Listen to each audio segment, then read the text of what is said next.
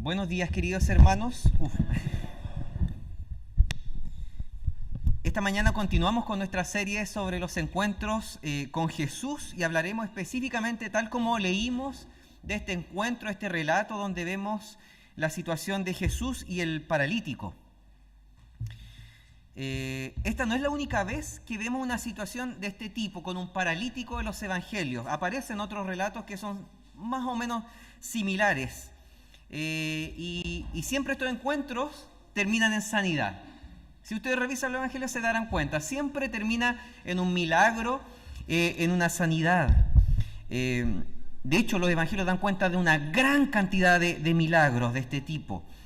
Y en este caso, el texto bíblico nos habla de un hombre que se encontraba en este estado, que no se podía mover, y que fue llevado por otros, por lo mismo, porque no podía moverse, por cercanos, amigos quizás, a Jesús, ya hasta su presencia. Y, bueno, hasta aquí lo que nosotros vemos al inicio del relato, todo bien, parece una descripción bastante objetiva, no hay muchos detalles, se ve bastante neutral en cómo se presenta la situación al inicio. Lo interesante de esto que nosotros vemos aquí en este pasaje de esta mañana, y a diferencia del pasaje que nosotros vimos el domingo anterior, es que en este episodio Jesús comienza por perdonarle los pecados al hombre enfermo, en este caso al paralítico, ¿ya? Él comienza por eso. En el relato anterior, el que vimos el domingo pasado, Jesús empezaba por la sanidad y el perdón de pecados venía después. Pero aquí es al revés, ¿ya? Primero el perdón.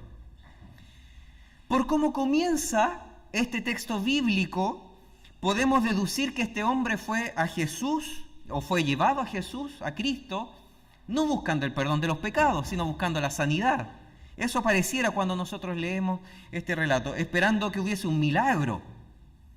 Pero lo único que el Señor le dijo al inicio fue: ten ánimo, hijo, tus pecados te son perdonados. Imagínense, uno va esperando ser sano, que el Señor obre algo sobrenatural, y el Señor viene y dice: te perdono. Quizá puede haber quedado hasta un poco desilusionado en esos primeros segundos, porque no era lo que quería. Pareciera que el hombre fue buscando algo y recibió otra cosa. Ya en esto hay una diferencia con el relato, como ya les decía, con el relato anterior, de la predicación pasada. Pero hay algo que ambos relatos del domingo pasado y este tienen en común, que en ambos se muestra una pésima reacción, una muy mala reacción de los religiosos de la época, de aquellos que estaban ahí, que vieron lo que pasó o que fueron testigos, les contaron de lo que había ocurrido. Toda esa clase de gente que se oponía a Jesús y a su ministerio, esta casta judía religiosa contemporánea a la época de Jesús. En el episodio de esta mañana nosotros vemos que a los escribas les molestó que Jesús le dijera al paralítico: tus pecados son perdonados. Les molestó eso, les incomodó. Ellos se decían unos a otros: este blasfema, y lo dice literalmente el pasaje, este blasfema. ¿Por qué ellos creían eso? Porque la comprensión que tenían los judíos en esta época, solamente Dios podía perdonar pecados. Solo Dios podía hacerlo. No cualquier persona. Entonces para ellos era inconcebible que Jesús, porque ellos no creían que fuese Dios, perdonara pecados. Por eso decían: este hombre estaba blasfemando, es decir, se está poniendo en el lugar de Dios. Ellos sin creerlo. Por eso comenzaron a, digámoslo de una manera bonita, a rumorear. Nosotros en nuestro contexto lo decimos de otra manera, pero empezaron a rumorear sobre Cristo, sobre Jesús. Pero justamente porque Él es Dios, porque Jesús es Dios, que el pasaje dice que conocía sus pensamientos. Estos rumores, estas conversaciones que se dieron entre los escribas, estas críticas. No es que quedó oculto a Jesús, Él sabía de lo que estaban hablando. Y en esta afirmación, cuando se dice que Él conocía sus pensamientos, nosotros vemos que Él era y Él es aquello que los escribas no querían creer. Ellos no querían creer que Él era Dios, pero justamente porque Él lo era, que podía conocer lo que había en sus corazones. Como no les cabía en la cabeza que Jesucristo fuese más que un hombre, se escandalizaron con esta declaración que le hace al enfermo. ¿Y cómo respondió Jesús ante los rumores? ¿Qué dice? Y aquí el pasaje afirma o muestra que él dijo: ¿por qué pensáis mal en vuestros corazones? Porque ¿qué es más fácil? Decir, los pecados te son perdonados, o decir, levántate y anda. El Señor, Cristo, Jesús, los confrontó con estos sentimientos negativos que estaban ellos albergando en sus corazones y que movían, hacían que estuviesen con este rumor, con estas conversaciones donde decían, este hombre estaba blasfemando. El Señor fue a la raíz del problema, a lo que había de negativo en el corazón de ellos. Fue hasta lo más profundo, hasta lo medular. Y ahí, con la pregunta que les hace el Señor, los pone en un dilema. Porque les pregunta si es más fácil perdonar pecados o curar a alguien. ¿Y por qué hace esa pregunta?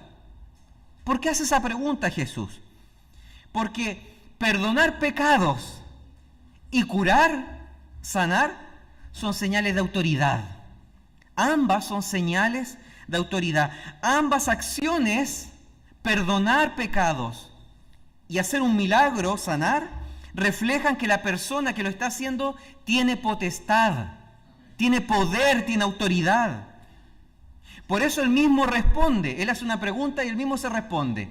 Y él responde diciéndole al paralítico, pues para que sepáis, bueno, diciéndole a los escribas, pero también dirigiéndose al paralítico, pues para que sepáis que el Hijo del Hombre tiene potestad en la tierra para perdonar pecados.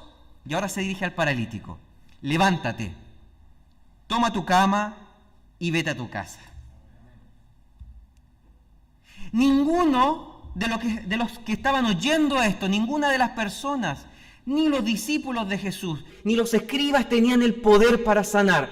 Nadie. Así que si Jesús podía hacer esto, podía ejercer este milagro, eso demostraba que Él también tenía poder y autoridad para perdonar pecados. Esa es la idea. Si Él hace esto, si Él tiene la capacidad de hacer que este hombre se levante, eso ya está demostrando, es una señal de que Él es alguien mayor que cualquiera de los que estaban ahí. Y como es alguien mayor, Él también puede decirle a un hombre, te perdono, te limpio, te purifico, te restauro. ¿Y qué nos muestra el relato? Que ocurrió el milagro. Ocurrió el milagro. El pasaje dice que efectivamente este hombre se levantó y se fue a su casa. ¿Y la gente cómo reaccionó? Bueno, quizás no eran necesariamente los mismos escribas, pero seguramente había más gente ahí. Porque dice el relato que las personas se maravillaron y glorificaron a Dios. Pasó lo mismo, hermanos, que ya hemos dicho en otras oportunidades. Lo mismo, ¿en qué sentido? Que el milagro no tenía un fin en sí mismo. No tenía un fin en sí mismo. Jesús no estaba haciendo algo extraordinario simplemente para mostrar su poder o para demostrar que Él podía hacer cosas sobrenaturales. Y esto es importante, hermanos, entender este punto. Yo recuerdo hace muchos años atrás haber visto, cuando vivía en San Fernando, estamos hablando 20, 30 años atrás, haber visto estos carteles en iglesias neopentecostales como cultos de milagros creativos o cosas así que invitan, y creo que en esas iglesias hacían como que el cinturón, la parte metálica, se convirtiera en oro. Supuestamente. Entonces, ahí uno se pregunta, pero ¿qué sentido tiene convertir supuestamente la parte metálica en oro? ¿De qué sirve eso? ¿De qué provecho tiene? ¿Qué provecho tiene? O cuando se ofrecen milagros en muchas iglesias evangélicas, como si fuese hacer un espectáculo. ¿Qué provecho tiene? Nosotros vemos que cada vez que Jesús hace un milagro en la Escritura, y ojo, los milagros siguen ocurriendo el día de hoy, pero siempre es, hermanos, como una señal de algo. Como les decía, el milagro no tiene un fin en sí mismo. No es la meta, es el medio para demostrar algo. Y aquí lo que Jesús está tratando de demostrar es que Él tiene poder, Él tiene autoridad, que Él está por sobre los hombres. El milagro viene a garantizar, a corroborar que Él puede perdonar pecados. Eso es lo importante, hermano, que Él podía perdonar. La señal tenía por objetivo el enfocar los ojos de estos testigos, de los que estaban ahí, en la gloria de Dios. Por algo dice que se maravillaron y glorificaron. Glorificar a Dios, no decir, wow, qué impresionante lo que hiciste. No es mucho más que eso. Poner la mirada en el Señor. Es el hecho de hacer que la gente se mueva a la alabanza, a la adoración. Y eso fue lo que ocurrió. Eso fue lo que ocurrió, dice el texto. A través de esta sanación, la gente entendió que era Dios quien estaba obrando, que a través de ese poder se estaba manifestando su gloria. Y en esto, aquí nosotros vemos un contraste entre la actitud de los escribas, que dudaban, que cuestionaban, que eran escépticos, y la gente, la actitud de la gente, de la muchedumbre, que ante esta maravilla del milagro, el poder evidente del Señor, ¿qué hacen? Alaban, adoran, glorifican. Y este contraste nosotros lo vemos a lo largo de todo el ministerio de Jesús, de todos los evangelios. Siempre vemos a los religiosos poniendo en duda lo que Jesús hacía y decía. Siempre. Lo que hiciera el Señor, lo ponían en duda, lo que dijera. Imagínense, nosotros vimos el domingo pasado, hizo un milagro, y los religiosos, en vez de ponerse contentos, es como sería lo lógico. Uno ve un milagro, alguien que es sanado, se pone contento. Pero no, ellos dijeron, pero lo hizo en el día de reposo. Como si eso era lo importante. Lo hizo en el día de reposo. No es que ese hombre es pecador, ¿cómo va a ser un milagro? Siempre poniendo en duda la maravilla, esto sobrenatural que estaba frente a sus ojos. Entonces, eso nosotros vemos por parte de los religiosos, pero la gente, las personas de a pie, lo sigue, lo admira y lo alaba. Y reconocen que el Padre Celestial está obrando a través de él. Aquí nosotros podemos ver que hay una intención por parte de los autores de los evangelios, no solamente de los autores de los evangelios, en mostrar esto, en hacer explícita las actitudes opuestas entre aquellos que eran la autoridad religiosa en esa época y el pueblo, las personas comunes, como nosotros, la gente de a pie. Por algo los autores de los evangelios nos muestran esta oposición. Y a nosotros vemos que el evangelio, hermanos, rompe con nuestros prejuicios, acaba con nuestros prejuicios. Porque los que tenían que haber acogido a Jesús como Salvador, uno pensaría, bueno, las personas que son las religiosas, los fariseos, los escribas, ellos iban a recibir al Señor como su Salvador, tendrían que haber hecho eso. No lo hicieron, todo lo contrario, lo rechazaban, cuestionaban lo que decía, ponían en duda absolutamente todo, él hacía un milagro y decían, no, en realidad esto no puede ser verdad. Rechazaron la promesa del cumplimiento del Mesías, de la venida del Mesías. Fue anunciado muchas veces, cientos de veces en el Antiguo Testamento. Creo que 200 y tantas veces, no me acuerdo la cifra exacta, pero 200 y tantas veces aparecen profecías mesiánicas en el Antiguo Testamento. Él las cumplió todas y aún así rechazaban. Mientras que aquellos que eran los rechazados en el contexto social de Jesús, los despreciados, aquellos que eran vistos como los pecadores, ellos sí se gozaron de la presencia del Señor. Ellos sí glorificaron a Dios al ver el poder de Jesús. Y ahí nosotros podemos ver qué contraste maravilloso, porque rompe toda lógica lo que uno entiende como lógico en este mundo caído.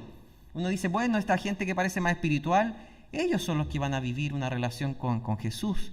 Aquellos que son como los más rebeldes, no. Pero aquí la Biblia nos muestra todo lo contrario. Todo lo contrario. Y vemos, como les decía, que el Señor destruye, acaba con nuestros prejuicios. Lo que parece lógico en este mundo caído, Para Cristo no lo es. Para Cristo no lo es, porque los valores del reino de Dios son diferentes a los valores de este mundo, a lo que uno entiende que debería ser. En Cristo en realidad no lo es otra cosa. Tal como les dije al inicio, este episodio nos muestra un milagro hecho por Jesús, así como ocurrió también en el pasaje que vimos el domingo pasado. Pero por lo mismo uno podría preguntarse, ¿qué de particular tiene este episodio, este relato, con este milagro, con este paralítico para nosotros hoy? Porque la idea tampoco sería, ya, 2 domingos seguidos, abordamos pasajes de milagros y terminar hoy día predicando lo mismo, porque son hechos muy similares. No es la idea repetir lo mismo que dije el domingo pasado, porque incluso si aparece este otro relato es porque algo el Señor nos quiere decir aquí de manera particular que no estaba presente en el relato del domingo anterior. Hay algo específico que el Señor nos está mostrando y nos quiere revelar esta mañana. Así que lo que cabe preguntarse es que, ¿qué es lo que nos enseña el Señor hoy a través de este pasaje y no del anterior? ¿Qué es lo que Dios nos está revelando de manera puntual aquí en este relato? Primero, que a través de Jesús tenemos perdón de pecados. A través de Jesús tenemos perdón de pecados. El mismo pasaje nos muestra, porque Jesús mismo lo dice de manera explícita, que como ya también lo mencioné, que el milagro fue solo una señal para mostrar que Él tenía el poder para perdonar. Ahí estaba puesto el objetivo. Esa era la meta, a eso apuntaba este milagro, mostrar que Él tiene el poder y la autoridad para perdonar. El milagro fue solamente el medio, el camino, que apuntaba a esa realidad, la potestad que tiene Jesús para purificar nuestros corazones, para restaurarnos, para levantarnos, para impulsarnos y seguir viviendo. Y esto, hermanos, tiene consecuencias en nuestra vida, consecuencias muy concretas en nuestra vida. Primero que todo, debemos nosotros tomar conciencia que necesitamos ser perdonados. Tenemos que partir por eso, tomar esta conciencia. Necesitamos ser perdonados. Debemos experimentar esta convicción profunda de pecado que nos lleva al arrepentimiento y a buscar más del Señor. Cuando uno lee este relato, pareciera que se trata de un perdón para salvación, es decir, que Jesús perdona a este hombre y desde ese momento lo pasa a ser salvo. Probablemente sea así, pero aún así, quizás no es nuestro caso, si es que ya somos cristianos, si es que ya hemos sido salvados. Pero aún así, si ya estamos en los caminos del Señor, si ya hemos experimentado una nueva vida en Cristo, también necesitamos tomar conciencia de pecado. También no se trata de que en el momento cuando tenemos este primer encuentro con Cristo y listo, ahí se acabó. No, en este caminar también tenemos que estar meditando en esta verdad, en este camino al arrepentimiento, ver en qué estamos fallando y arrepentirnos. Necesitamos venir constantemente al Señor para que Él nos renueve. Y esto es tan necesario, hermanos, en la vida de cada hijo de Dios. Es muy necesario. Lo hemos dicho muchas veces, no sirve de nada proclamar fe con la boca, fe en Cristo como nuestro Señor y Salvador, si no hay una convicción de pecado y una búsqueda activa de vivir vidas santas, vidas que le glorifiquen. Debe haber una actitud, una manera de ser impulsados, esta voluntad, porque el Señor desde el momento de nuestra conversión nos capacita para que nuestra voluntad desee ahora crecer en santidad, crecer en consagración. Algo que me marcó mucho a mí en mi tiempo del seminario fue un profesor que nos decía siempre que en la Biblia vemos que este llamado al arrepentimiento y a la fe no es solo al inicio de nuestro caminar con el Señor. No solamente cuando tenemos un encuentro con Cristo, cuando Él cambia nuestra vida al inicio de este proceso. No es solamente ahí, sino que nosotros vemos en la Biblia, incluso de manera muy específica en la historia de Israel, que este arrepentimiento y fe debe ser algo constante en nuestra vida. No es solamente al inicio que el Señor nos dice, arrepiéntanse y crean. Eso el Señor nos dice todos los días, incluso siendo cristianos, todos los días. Arrepiéntete y cree. Arrepiéntete y cree. Arrepiéntete y ven a mí. Así que, hermanos, este es un llamado que nos hace el Señor ahora, en este momento. Necesitamos examinar nuestra vida. ¿En qué estamos fallando? ¿En qué estamos pecando? ¿En qué nos hemos desviado? Porque vivimos en un mundo caído. Estamos en un proceso de santificación y es un proceso donde no se trata de que siempre va hacia arriba. Yo creo que todos hemos vivido esto. Hemos experimentado esto. Es un proceso, un caminar donde uno se cae, tropieza, se aparta. A veces pasa poco tiempo y no vuelve, a veces pasan años. Y ahí uno recién vuelve al camino del Señor. Entonces es importante estar meditando en esta verdad. ¿En qué estamos fallando? ¿Y cuál es el estándar para saberlo? Nuestros buenos sentimientos, lo que yo creo, lo que yo pienso, me parece que... No, es la palabra de Dios el estándar. La palabra de Dios. Si en nuestra vida estamos haciendo algo que va en contra de la Biblia, ahí hay un problema, si somos cristianos. Bueno, a las personas que no son cristianas también, pero tenemos una mayor responsabilidad nosotros que somos cristianos porque ya sabemos que la Biblia, la palabra de Dios, es la regla a partir de la cual nosotros debemos saber cómo conducirnos en nuestra vida. Ya lo sabemos. Entonces, si hay algo en nuestra vida que va contra la palabra de Dios, que se encuentra en oposición a lo que el Señor ha revelado, ahí hay un problema. Algo está fallando. Si no nos hemos arrepentido de eso, o si estamos relativizando la gravedad de nuestro pecado, entonces eso es preocupante. Realmente es preocupante. Y necesitamos arrepentirnos y venir a los pies del Señor. Necesitamos tener una convicción profunda de nuestras faltas, de aquello en lo que estamos fallando. Y no solamente una convicción, de decir, ya estoy fallando en esto, porque quizás también hemos vivido esto, de decir, sí estoy fallando, pero persevero en el error. No sirve de nada solo la convicción. Necesitamos tener y vivir un deseo genuino de ser cambiados por el poder del Espíritu Santo. Un deseo profundo de transformación por el poder del Espíritu. Es decir, este paso de arrepentimiento y fe, pero también el paso a la transformación, al ser renovados, al levantarse y seguir.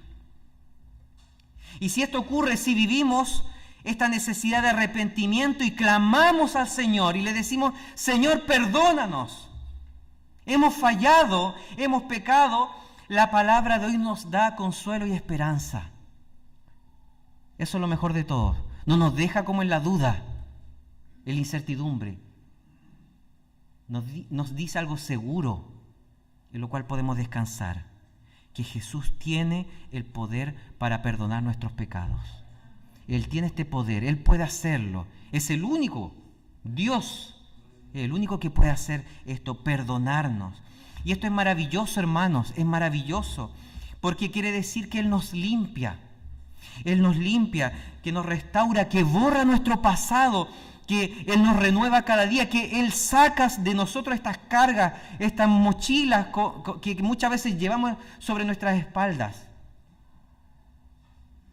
Yo creo que quizá nos ha pasado aquí a los que estamos presentes o hemos conocido personas que viven atormentadas por todo lo que han vivido, que viven con un peso demasiado grande, que incluso siendo cristianos dicen es que le dan vuelta siempre todo lo que les ha pasado en el pasado.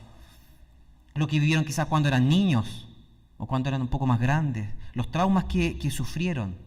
Bueno, el Señor puede quitar todo eso de nuestra vida, puede dejarlo a un lado, puede hacer que desaparezca. Así que Él nos libera. Esto de la liberación que hace el Señor no es algo teórico, es real. Él limpia nuestro corazón. Y todo aquello que puede ser como una espina o como cadenas que nos atan, Él las rompe. Así que Cristo puede liberarnos del peso de la culpa incluso, si sentimos y tenemos remordimiento constante, Él puede liberarnos y sacarnos la culpa. Él nos libera de la vergüenza, de toda clase de ataduras, porque Él es poderoso para salvarnos y también lo que significa santificarnos, llevarnos a crecer de su mano. Eso en primer lugar. Y en segundo lugar, otra cosa que nosotros podemos aprender de esta porción de la Escritura es que el obrar de Dios debe movernos a glorificarle. Así como ocurrió con estas personas que se maravillaron y glorificaron. Eso también debemos vivirlo nosotros. Hermanos, ¿percibimos lo que el Señor está haciendo en nuestra vida? ¿Lo percibimos? ¿Estamos viendo su mano obrando cada día en nuestra vida, en la vida de nuestras familias, en la vida de nuestros amigos? ¿O estamos viviendo como cualquier persona que vive nomás y sabe que existe, trabaja, come, duerme, tiene un pasatiempo y listo? ¿Cómo estamos viviendo la vida? ¿Valoramos profundamente y disfrutamos de todo lo que el Señor nos da? ¿O vivimos como si eso fuera normal? Porque de repente puede ocurrirnos también que el ritmo de vida hace que vivamos de una manera muy mecánica. Bueno, sabemos que tenemos todo lo que tenemos y listo, punto. ¿Estamos apreciando que realmente todo eso viene del Señor?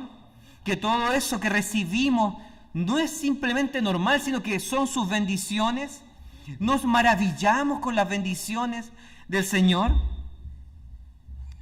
El apóstol Pablo, hermanos, en Hechos 17, vemos que él estaba en la ciudad de Atenas y después presentó el Evangelio en el Areópago y le dijo a sus oyentes allá en esa ciudad de Atenas, Pablo, y de una sangre ha hecho todo el linaje de los hombres, es decir, Dios ha hecho todo el linaje de los hombres, para que habiten sobre toda la faz de la tierra y les ha prefijado el orden de los tiempos y los límites de su habitación, para que busquen a Dios, todos los hombres, todos los seres humanos, a eso se está refiriendo, para que busquen a Dios, si en alguna manera palpando puedan hallarle, aunque ciertamente, aquí les dice, ciertamente no está lejos de cada uno de nosotros. Le está hablando a hombres paganos, le está diciendo, Dios está cerca, eso le está diciendo a hombres paganos, Dios está cerca de todos nosotros, lo tenemos aquí, presente, está obrando, en medio de paganos incluso. Imagínense, hermanos, cuánto más cerca está de cada uno de nosotros que somos sus hijos. Cuánto más está uno obrando en medio nuestro que somos sus hijos. Él está obrando con poder, con autoridad. Si así ocurre con paganos, ¿cuánto más en medio nuestro? Él está manifestando constantemente su poder en nuestras vidas. Y esto, hermanos, debería maravillarnos, debería deslumbrarnos, dejarnos con la boca abierta, de ver todo lo que el Señor está haciendo. Debería llevarnos a rendirle todo el honor y toda la gloria que solo Él merece. Que nuestra vida, todo nuestro ser, sea una acción de gracias a Él. Que nuestra mirada y todo nuestro corazón se enfoquen solamente en Él, en lo que Él está haciendo y en toda la gloria que Él merece por eso. Los testigos de este milagro, vemos en el relato, se maravillaron y glorificaron a Dios. ¿Cuánto más nosotros? Porque ni siquiera sabemos si esos testigos habían entregado su vida al Señor, o eran todos sus discípulos, probablemente no. Entonces, ¿cuánto más nosotros, que somos sus hijos, debiésemos experimentar, vivir este sentimiento y esta convicción desde lo más profundo de nuestro ser? Como uno dice muchas veces, esta idea de como que sale desde el estómago, cuando vive unos sentimientos muy intensos, que sale desde el estómago y que nos lleve a poner todo nuestro corazón, todo nuestro ser para honrar a Dios, para alabarle, para reconocer que solamente Él es digno. Necesitamos ser cristianos que se gozan en la presencia del Señor, de estar en la presencia del Señor, que su presencia esté en medio nuestro. que se gozan en su poder, en su obrar, en sus bendiciones. Porque si no nos maravillamos en el obrar de Dios, si no vivimos para glorificarle, entonces estamos viviendo nuestra vida de manera muy vana, como si no tuviera sentido, sin percibir todo lo que Él está haciendo. Qué triste, pienso yo, es no tener, y a todos nos ha pasado, no estoy diciendo así como a aquellos que no tienen, y yo me pongo en una posición de santidad, no, a todos nos ha pasado. Qué triste es no tener esta capacidad de deslumbrarse, de quedar boquiabiertos frente a la presencia y al obrar del Señor. Necesitamos estar orando por esto, para que el Señor obre en nuestros corazones y que su obrar y su poder y su transformación nos lleve a maravillarnos con lo que Él hace. Estemos orando, y pienso por dos cosas concretamente a propósito de estas aplicaciones. Primero, para que seamos movidos a una convicción profunda de pecado. No convicción porque sí nomás, sino en qué estamos fallando, en qué área, en qué parte de nuestra vida aún no hemos avanzado lo suficiente en santidad, en consagración. Y que esto nos lleve a un profundo arrepentimiento.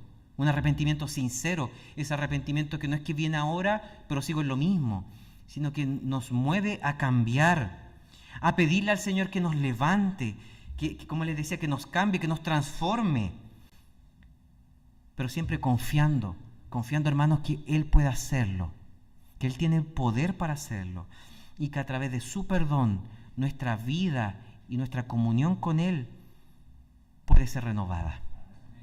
Y en segundo lugar, que su Espíritu obre también en nuestro corazón de tal manera que podamos percibir cada día de manera más profunda todo lo que el Señor está haciendo en nuestra vida, su poder, su accionar. Y que esto no solamente sea algo como, oh, qué bonito, sino que esto nos mueva a alabarle, que nos mueva a glorificarle con todo nuestro ser, con todo nuestro corazón, y que vivamos con pasión el Evangelio. Que Él sea guiándonos, hermanos, que Él sea fortaleciéndonos. Oremos. Padre Celestial, gracias te damos porque a través de este texto bíblico, de este pasaje de la Escritura, nosotros podemos ver tu poder, tu autoridad. Podemos ver la potestad que tienes, Señor.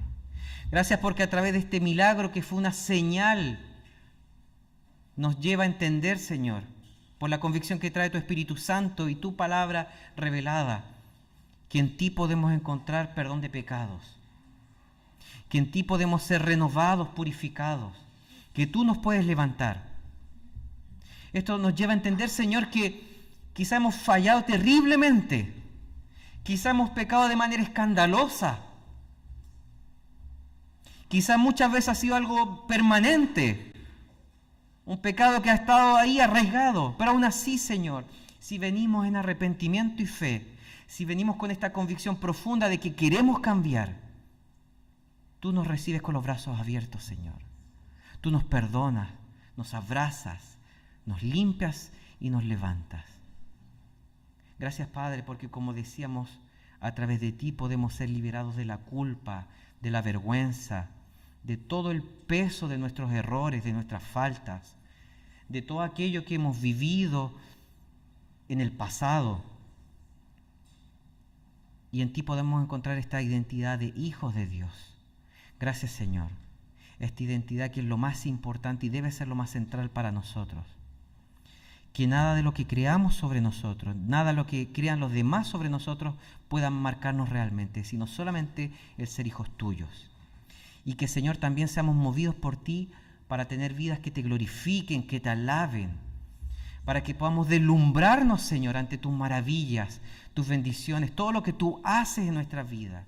Que no simplemente asumamos como normal cada cosa que recibimos, cada acción que ocurre, muchas veces sobrenatural en nuestro caminar.